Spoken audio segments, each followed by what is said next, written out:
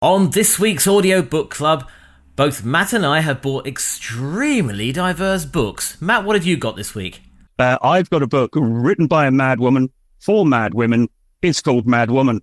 Me, Bryony Gordon, self-confessed alcoholic, professional cuff-up, dunder-headed depressive, recently described in a magazine as a poster girl for mental illness. I have brought something that has been long since dormant. It's Green Wing Resuscitated. This program contains very strong language from the outset, starting in 3, 2, 1.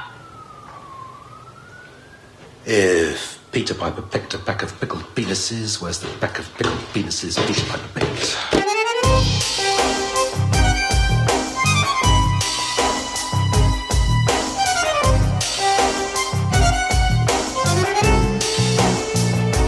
Hello, faithful audiobook listeners. This is Audiobook Club with Matt Layton over there. Hello, Matt. Hello, Steve. And me, Steve Phillips. And we are back with another review. And because we've been away for a little while, we thought we'd do 2 books in one show. And we have brought extremely different books. So there's no comparison between either of them, is there, Matt? Well, I think there could be a certain sort of off-kilter. Oh, I like to refer to myself, like on the spectrum, that I am neither the mean or the median, and neither the authors or the subjects of our current book. We are very neurodiverse here at Audiobook Club, if nothing else. We certainly are. In fact, so neurodiverse that actually, what's the third thing in mean and median? Mode. That was it. Mode. Oh, yeah. But you know what I mean? We're neither you nor I, Bryony Gordon, or the people who wrote Green Ring are kind of normal. I mean, we're great to know, but you wouldn't want to share a flat with us. The washing up would never get done. We don't know either authors that personally, so any offence that you probably has been caused, a huge apology on behalf of the Audiobook Club already 2 minutes in. I think Bryony Gordon is a little bit, the authoress of my book is a little bit more bare-knuckle than that, and she would happily admit that she is not the easiest person to live with. Indeed, it's stated in the book. OCD is a convincing liar, telling you the most awful things about yourself until it becomes almost impossible to believe anything else is true. It's like living with Donald Trump 24/7 with no ability to get away from him. In other words, hell. And yet so often it's used as a jokey term that is code for being tidy. And I am not tidy. I wish you had the good type of OCD, my husband often jokes now, at which point I have to lecture him on how there is no good type of obsessive-compulsive disorder, the key word being disorder. But the point is, I'm messy, so messy that my brain has often felt like it's going to explode, leaving even more mess on the kitchen counter. Shall I go first? Yes, go first, please. All right, usual order, we're going to do, on my one anyway, we're going to do the authors. I think the cast might be important on yours. Yeah. The author, the material, and then the audiobook production and how it works. Bryony Gordon, born the 5th of July 1980, is an English journalist, author, broadcaster, and podcaster. Aren't we all? She is the author of novels Mad Girl, You Got This, and The Wrong Knickers, which are all nominated for British Book Awards.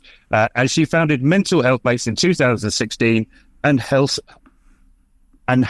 the Mad World podcast. So basically, she's made her fortune from writing about her mental illness, and it's paid out rather well for her.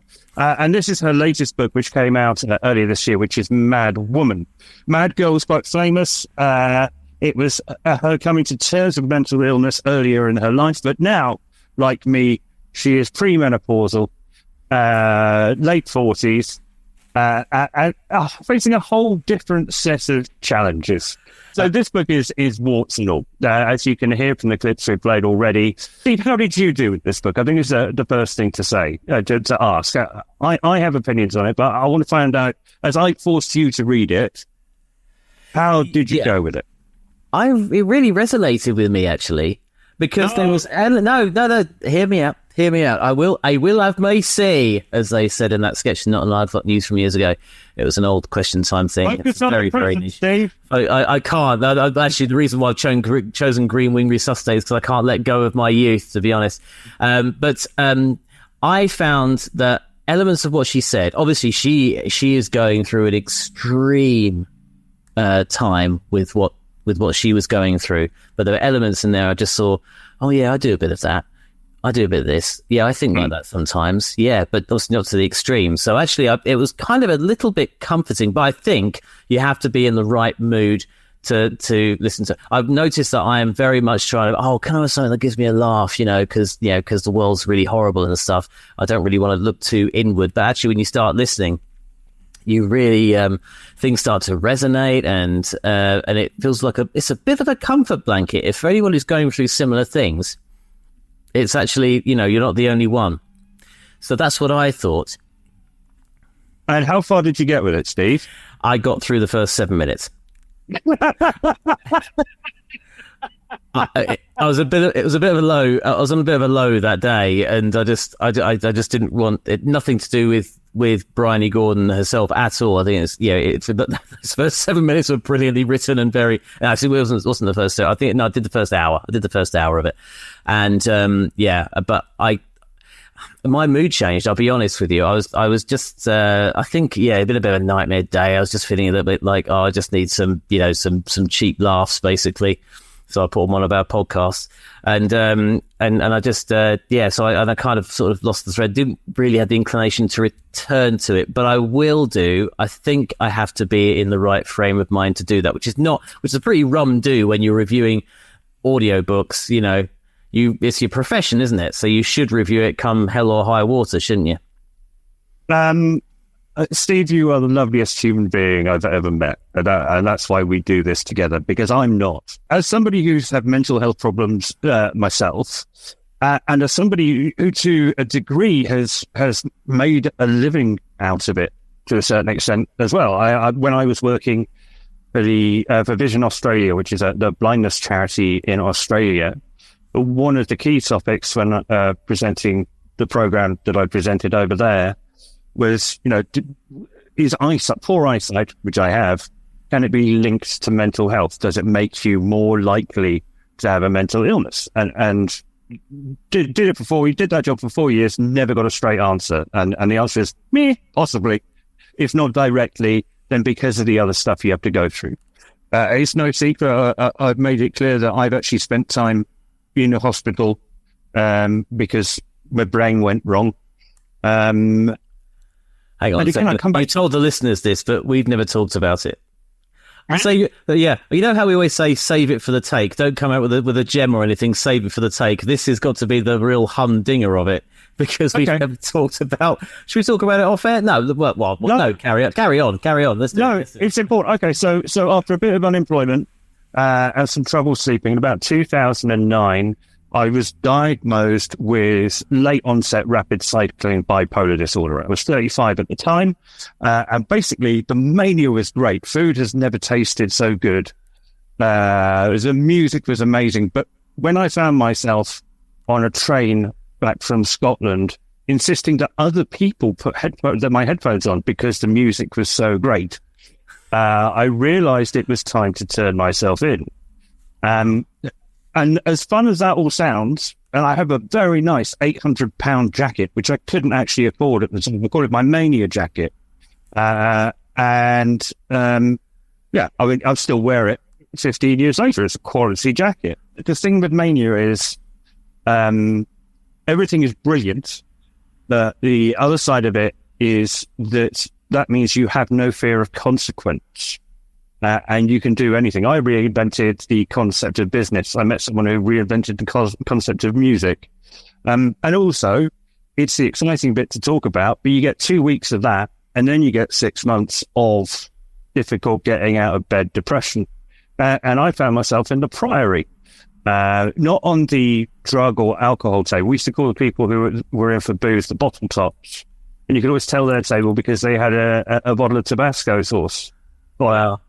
Because they messed up their taste buds and couldn't taste anything anymore.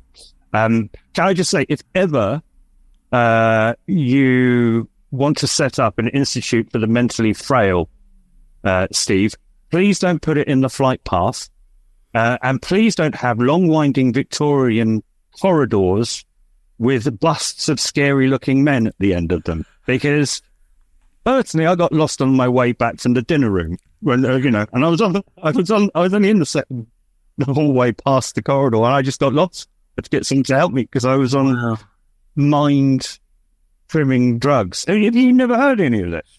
No, I know. Well, now you've mentioned the timeline. It's before. I think it's before we met. It must have been before we met. No, it's 2009. We met in 1999, Steve. So it was a year after I got married. Yeah, but you were 35, weren't you? Sorry, listener, for syncing up our diaries here. But it goes to show. And since then, I've had some time on some really crippling medication, and I've gradually managed to wean that down. I have a wonderful psychotherapist called Anthony and a wonderful consultant psychiatrist who monitors my daily medication and my treatment with Anthony. Dr. Bill Shanahan, he's head of medicine at the Priory these days.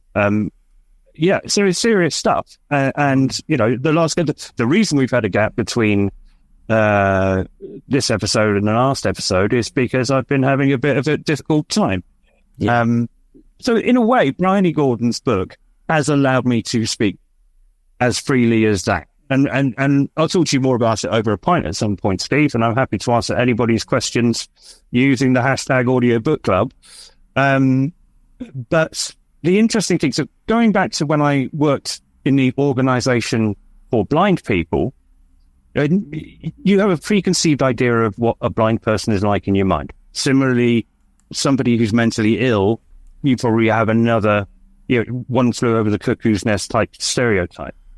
But as somebody pointed out to me when I started working with blind and low vision people, if you take a class for 20 kids who have a vision impairment, their personalities are going to be as varied as a class full of open inverted commas, normal close inverted commas kids.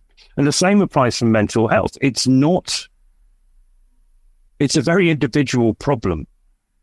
And I get what you mean. And when I went through this book, I realized that there was something really important going on and why it would help some people that Bryony Gordon has been so open and shared all of her symptoms. But perhaps this wasn't the one for you. As you said in your 7 minutes / 1 hour, I believe 7 minutes. It was nearer the hour. It was nearer the hour. No, the chords were chimed. But at the same time, perhaps I'm going to be very careful. Well, in fact, I said it before, Steve, about another cyclone. Perhaps this one wasn't for you or for me. But I bet I could entertain you for an hour with the stories that have happened to me. It's as simple as men's experiences are different to women's. It is also a thing. For me, there weren't enough voices in it. So what I'm used to doing, or did at the time when it was critical, was group therapy. So you'd get 5 or 10 minutes of somebody's story rather than 16 hours of it, or however long this book is. So you'd also hear lots of other people's problems and pick up a bit. There's also got to be redemption at the end, which there was to a certain extent in this book. But yeah, I admire Bryony Gordon for what she's done. I don't necessarily, I've spoken about it here. I'm quite open about it if anybody asks, and sometimes I tell people about it. But I wouldn't have the nads to go jogging in my underwear to raise money for such a cause as she did. I'm not that mad, frankly. But yeah, no, I think it's an important book. I know there will be people whose life will be positively affected and who may even say, oh, I'm going to do that, and perhaps even seek help or return to seeking help from it. And that's blooming important. But it just wasn't my one. Yeah. How interesting, though, that Bryony Gordon has actually sparked this whole conversation. And the fact that you say you wouldn't go and do a charity run in your pants about this cause, about the cause of mental health and no mental health. I wouldn't do a run in my pants anyway, not with my knees. You're to my age. Well, I submit I'm with you there. What with the having to wear a nappy now, but you're not still on your head. No, I told you, not on your head, Steve. Again, particularly the used ones. they're my favourite. Now, but you've just started talking about it, and you looked comfortable. Obviously, I can see you down the line, but you look comfortable. You sound comfortable talking about it. Do you feel comfortable talking about it? Yeah, I'm comfortable talking about it, but in a way, the great thing, they say that radio is, or podcasting now, a great medium for shy people who want to talk to lots of people. As far as I'm concerned, I'm genuinely sitting here having a conversation with you, Steve. When you finally accept the fact that you're mentally ill, is then have to get over the shame of being mentally ill. And being mentally ill, you're not the best placed person to do that. Yeah. So, yeah, I sound better after 15 years of work and some difficult decisions. I've had a couple of incidents of grief this year that have hit me really hard and made me sad. Some people argue that depression is a chemical imbalance in the mind, isn't it? An illness. Sadness is when bad things happen to you. And the answer is, for me, the line isn't that clear cut. And I lost my dad at the end of last year. We were very close. I didn't get to spend as much time with him as I wanted. And yeah, I've been struggling. And I went into my cocoon of grief. I drew the curtains and spent quite a lot of time in bed, occasionally getting up Well, they'll put it this way. I'm tired of my cocoon of grief. It's full of empty vodka bottles and fag ends. And I've now thrown the curtains open and opened the line to you. So yeah, I'm happy to talk about it. Again, as part of the thing of helping to draw away the stigma, but I don't necessarily think that anybody thought I was sane or normal in the first place. So, but it can be hard. And if anybody does want to have a direct conversation with me about it, then please do invite me to DM you or DM me or however it works. And I'm more than happy to have a chat and talk about what I've been through and listen to what you've been through, that kind of thing. I think it'll resonate with a lot of people. And actually, when you talking about the timeline there, we had met, because I was thinking about your 30th birthday. It was your 30th birthday I was at, not your 40th. It was your 30th. So yes, it did happen then, man. But this is the thing. Okay. Hold on a sec, Steve. Hold on. Can I just point out that my 30th birthday, which you were at, was in an Indian restaurant in Farringdon, and we had a covers band featuring the then editor of the Today program playing lead guitar, and I asked them to play Heaven is a Place on Earth by Belinda Carlisle. Now, some might say the signs were there. It was 5 years before my diagnosis.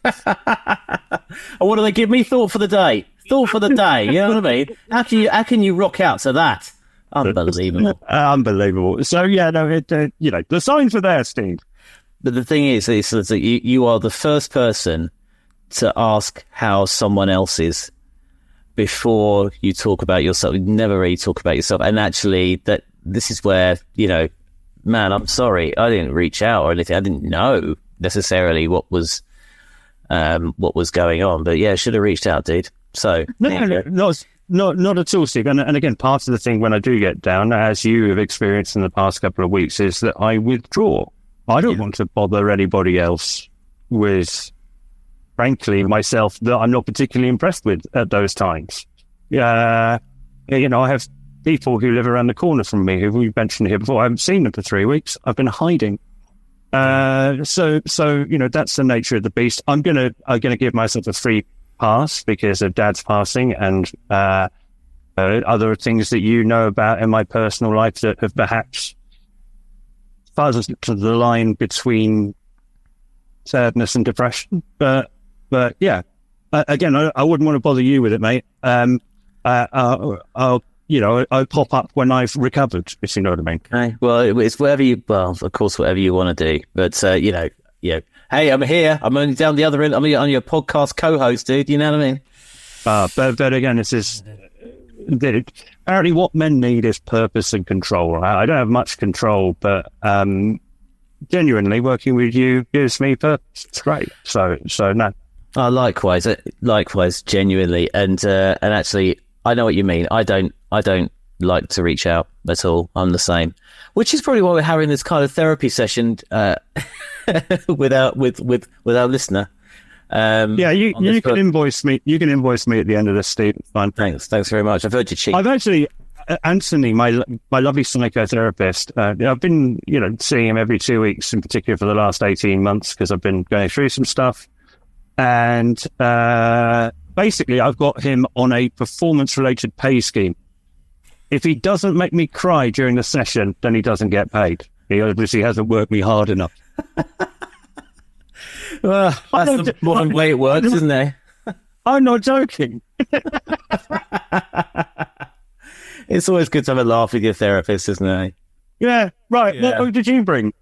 Well, this is what, I really, really genuinely wish we had sponsorship and ads right now, because we desperately need an ad break. We can't go straight into the hilarious Green Wing. We'll be back after that with Green Wing. Don't go away. Can't even do that.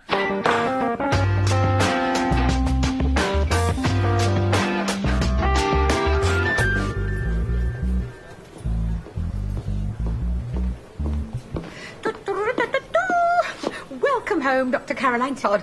Just rolling out the metaphorical red carpet. Gosh, it's a bit dusty. Haven't used it since, well, ever, really. Well, thanks. It feels very odd to be back. Everything's very familiar and yet strangely different. But I'm ready for... Sorry, can't stop and chat. I was actually just on my way to a finance meeting. Spotted you and... Anyway, good luck. Toodaloo. Thanks. Well, we move on. We move on to our second book, and our second book is actually a drama. This is the one I chose, and this, and actually, in the most tenuous way, it's kind of related to what we've just been talking about, because I chose this because I'm a real nostalgist. There is a condition. There's something. I forgot what it is. I think losing memory is kind of part of it. But basically, you sort of hanker after the past. You're very into nostalgia, very into old telly, talking about CFAX, talking about the test cards, talking about whatever, talking about TFI Friday and all that sort of stuff from the 90s and what have you. But Green Wing was a sitcom on Channel 4. There were just 2 series of this thing, but it just feels like it was around forever. But it had such an impact. It was completely new in the way, the delivery of this sitcom. It turned the genre upside down, really. It was kind of very mind-bending, lots of fast footage, slowed down footage, people doing sort of extreme things to each other. But it's set in a hospital. For those who've never heard of Green Wing, and you'd be forgiven, because it's one of those sort of things that was, you were cool if you knew about it, if you know what I mean. But essentially, it's just set in a regular NHS hospital. Doctors, nurses, admin people. But the cast list is absolutely amazing. And at the time this was on, so we're talking, I think, late 90s, I think. But you've got Olivia Colman, Pippa Haywood, Mark Heap, Michelle Gomez, Tamsin Greig, Stephen Mangan, Julian Rhind-Tutt, Oliver Chris, Karl Theobald as well, and massive names that have gone on to do all sorts. I mean, you've got an Oscar winner in Olivia Colman. Mark Heap has just been on everything brilliant. Space, Big Train, got Jim in Friday Night Dinner, Tamsin Greig in Friday Night Dinner, Michelle Gomez in Doctor Who, Stephen Mangan has been in loads of stuff. He was in Adrian Mole, I think, before he was in this. Anyway, can I stop you there? Go on. Can I stop you there and go? Tamsin Greig and Stephen Mangan, they've been dining out on this 2 series for the last 2 decades. They've done some other things. They've done other things, but frankly, they're the worst of a certain type that drives me up the wall. And I have to say, Steve, that if my bus had been on time, I wouldn't have made it much past the 7 minutes that you got into my recommendation. I was an hour with your recommendation. Yeah, right. You keep saying, right. Yeah. So if you don't know the series, and you tried to explain, which I don't, and you tried to explain to me the speeded up film, the innovative comedy, the use of profane images and vile acts, and if you come to this 20 years later, audio only, expected to know what the jokes are, I felt like I had a stroke. Here's a clip.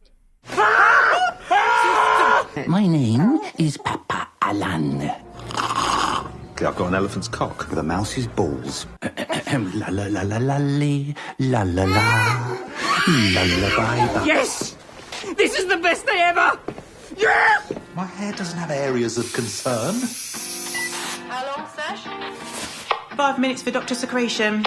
And that left me, Steve, feeling the same way I did when I went to Hungary. I did languages for at school and for my degree. I can speak a bit of German, a bit of French, and a bit of Russian. If I go to a city with trams in it, generally I can understand a couple of the words because one of those three languages will. Hungary, the alphabet was the same, but none of the words made sense. And it was like I was walking into one of Darren Brown's phone boxes. It's sort of a slump. So for me, for this reason alone, because it just made absolutely no sense to me whatsoever at all. I'm afraid I didn't get very far with your recommendation. As I say, I got further than I would have done if my bus had been on time. But my bus wasn't in time. I mean, I'll never have those minutes back, but I don't particularly mind. I was just befuddled and bemused, Steve. Wow. Okay. Well, I think, it's fair enough. I think it's an acquired taste. I think if you're not into this, you won't be into it. I think it was. I just love innovative comedy. I love people doing something completely different, and it's not laugh out loud funny, but there are some really just brilliant moments. Mark Heap in particular, as Statham is so funny. He's physically very funny with what he does, but of course, how does that? Yeah, Statham. Yeah, he plays. Yes, Statham. Yes, indeed. That feeling. Yeah, I think you know this when you're having a little bit of man time. And at our age, there are a few pleasures left, Steve. But one of the pleasures is when a new Jason Statham film pops up on the Netflix or Amazon Prime. But it's that first 2 minutes and 30 seconds where you're going, well done. Yeah. Please don't do the accent. Please don't do the accent. And then the first time he opens his mouth, decides what is going to happen to the next hour and a half of your life. If he's just fight them, then everything's absolutely fine. But if he's doing the American accent, it's time to slam the lid of your laptop down and run like fury. So what you're saying to me is you like innovative comedy from 20 years ago. I do. You so like old innovations. Yeah, I love old. Yeah, there used to be a catalogue, wasn't there, called Unnovations, which was useless rubbish you could just order off the net. What was really fascinating for me was how they would translate the visual innovation from the Channel 4 show to Audible, because they brought this back. They brought the whole thing back. I don't know, what is it, 20, 25 years after it went off air. So they came back with Green Ring Resuscitated. Nearly all of the original cast is back, including Olivia, Colman, and Mark Heap, and Michelle Gomez, and Tamsin, Stephen Mangan, Julian, Rhind-Tutt, and so on. And what they've done is they've just used sound to recreate those kind of visual images of the speeded up footage and the little slowed down footage, and it sort of ends like it's almost like a series of sketches in a sitcom. And you have a scene between two people, and then the sound will just like repeat the last two words like they said, like really speeded up, like Alvin Chipmunk and stuff like that, to sort of ambient sort of music. It's a little bit of, it feels a little bit like Jam. Do you remember Blue Jam, Chris Morris on Radio 1? Oh yeah, I tell you how well I remember Blue Jam, Radio 1, Chris Morris, is I was actually the person who sat in the basement on their own pressing play on the DAT tape. I was the only person in the United Kingdom who was forced to listen to Blue Jam live on my own in a creaky old BBC building. And while it was genius, I remember one thing in particular where one of the scenes was somebody doing surgery, and you could hear the rummaging, and I couldn't turn it off because if I turned it off, I would have got sacked. I got sacked anyway for being technically incompetent a little later on. But no, I am the only person in the United Kingdom who was forced to not leave the set of speakers where the horrible inside of Chris Morris's genius mind was spewing out across the nation. Yes, I do remember Blue Jam, Steve. What was your job then to be doing that? I was a broadcast assistant at Radio 1. Yeah. Well, 97, 98, something like that. Not 97 to 99.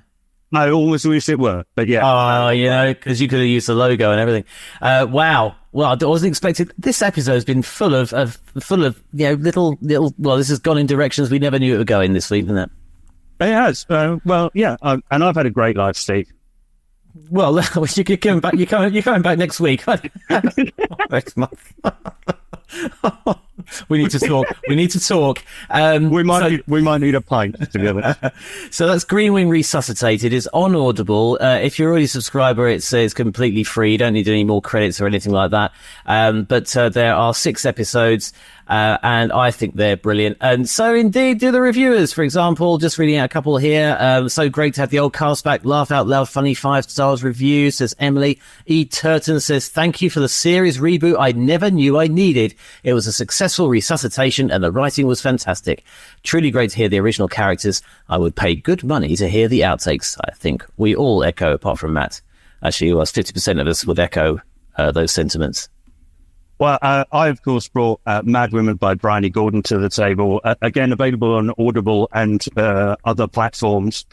I have to say it is interesting. It's an important book, and it will help a lot of people. I'm intrigued by that kind of work, but it didn't necessarily hit home directly or massively change either mine or Steve's life. But having gone to the Blue Jam thing and being forced to listen to stuff, isn't it refreshing, Steve, to know that we don't even listen to each other's recommendations? No, that's how freedom of speech, that's what it is. We're libertarians, aren't we? We can do whatever we want. Bring anarchy. Move to New Hampshire. Let's move to New Hampshire. Yeah. Drive hard or die. The caucus or whatever they call it over there. Yes, absolutely. Sounds good. Right, well, we are going to come back. We're not going to tell you what we're going to review next time like we usually do, because, frankly, we haven't got the list out to review, but we've got a list of books that you've recommended and that we've got that we've liked the look of as well. So we will see you next time. In the meantime, discuss anything you'd like to do with the 2 books we've reviewed here. So that's Mad Woman by Bryony Gordon and Green Wing Resuscitated, #Audiobook Club. And guess we'll see you next time, eh, Matt? Yeah, Audiobook Club, the podcast about audiobooks that doesn't even listen to its own recommendations. And with that, goodbye.